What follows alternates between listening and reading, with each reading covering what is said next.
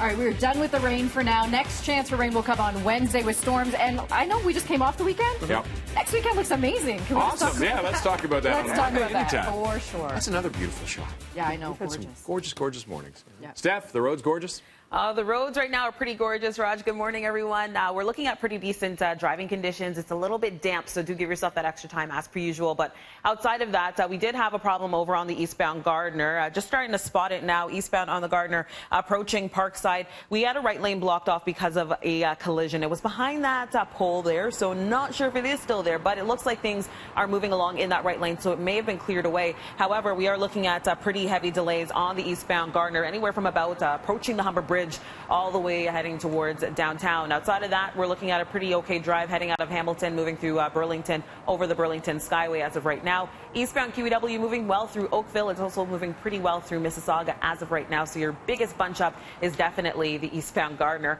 Outside of that as well, northbound DVP moving very nicely in towards downtown. And it looks like that closure off our highways on Richmond Hill on Yonge Street near Jefferson Forest Drive has reopened and everything's good to go. That's a look at your roads. Over to you, Mel. Yonge Street in Richmond Hill has just reopened following a horrific overnight three-vehicle crash. It happened late last night, killing one, injuring 5 others. It was around 9:30 p.m. on Yonge Street between 19th Avenue and Jefferson Forest Drive that this happened. One of the 3 vehicles involved flipped and caught fire. Injuries to the 5 other people ranging from minor to serious. The name and age of the man who was killed has not been released. And we're just going to take you back to a live look at the scene right now. As you can see, all lanes have just reopened for this morning's drive. And again, we are hoping for an update from officers around 8 o'clock this morning on this investigation, so stay tuned here on BT. An Antifa protest forcing an early closure of the Eaton Center yesterday. We will not be silent.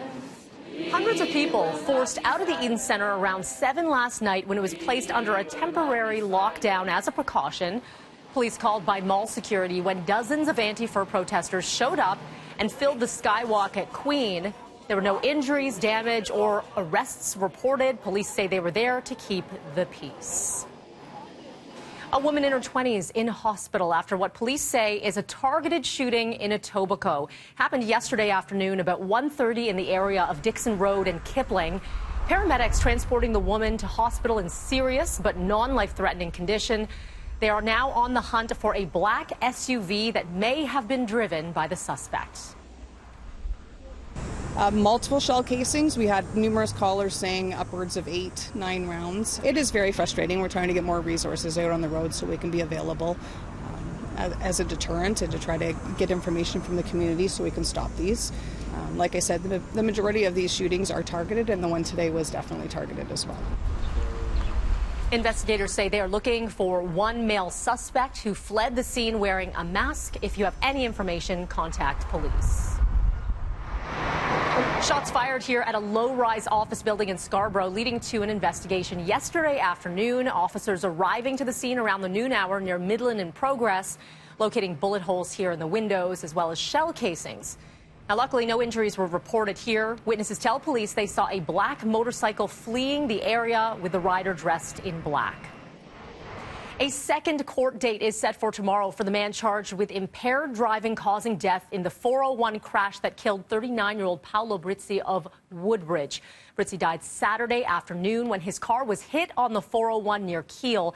55-year-old Rakunath Kanagaratnam is also facing a charge of refusing a breathalyzer. He made his first court appearance yesterday.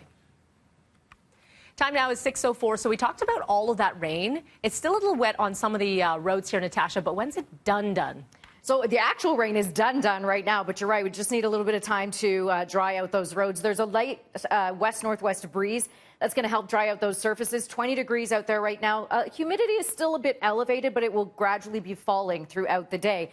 I want to give you a couple of heat stats. So far, only 10 days over 30 degrees for 2019. Last year, we had 30 days. And back in 1959 and 2005, we had over 40 days, which were over 30 degrees. We could hit that 11th day this week. We're forecasting about 29 today. So if we can get, another 0.9 degrees, half a degree. We'll get up to 30 today. Okay, Comfortcast. It is going to get a little muggier here as we go through Tuesday and Wednesday. The humidex will slowly climb up to about 36 by Wednesday. But we have a couple of dry days. It's Wednesday afternoon. We'll be back into that risk of storms. And after that, we have a nice sunny dry stretch as we head into the weekend.